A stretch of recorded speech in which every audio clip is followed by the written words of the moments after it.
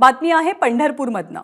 वेळापूर ते पंढरपूर मार्गावरील उघडेवाडी इथे पालखी मार्ग खचल्याची चर्चा होती, मात्र याबद्दल आता जिल्हाधिकारी कार्यालयाकडून खुलासा येतोय। हा मार्ग दुरुस्तीसाठी उकरला गेलेला आहे, तो खचलेला नाही असं सांगितलं गेलंय। सध्या इथे काम सुरू आहे आणि आगामी 10 ते 15 दिवसात हे काम पूर्ण करण्याच्या सूचना जिल्हाधिकाऱ्यांकडून दिल्या गेल्यात। आढावा घेतलेल्या आमच्या प्रतिनिधींनी आपण पाहूया।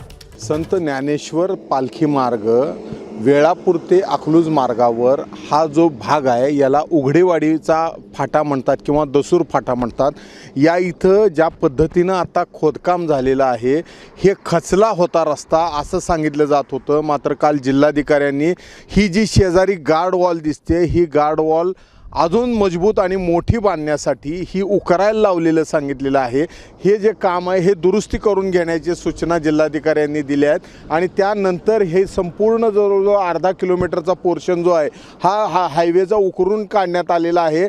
आणि या शेजारी ही जी गार्ड वॉल आहे, जे गार्ड वॉल काही ठिकाणी वाकल्यासारखी दिसते, ती गार्ड वॉलचं डिझाईन बदलून नव्या पद्धतीची गार्ड वॉल उभारण्यात येणार आहे आणि त्यामुळंच हा रस्ता खचला नसून उकरला आहे अशी भूमिका जिल्हाधिकारी कुमार आशीर्वाद यांनी घेतलेली आहे।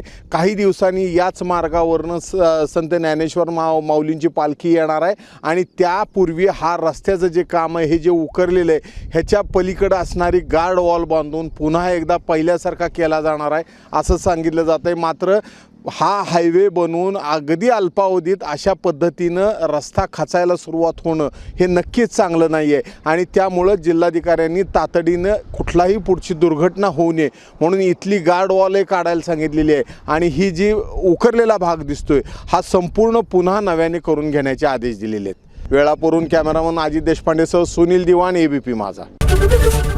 एबीपी माझा, उघडा डोळे बघा नीट।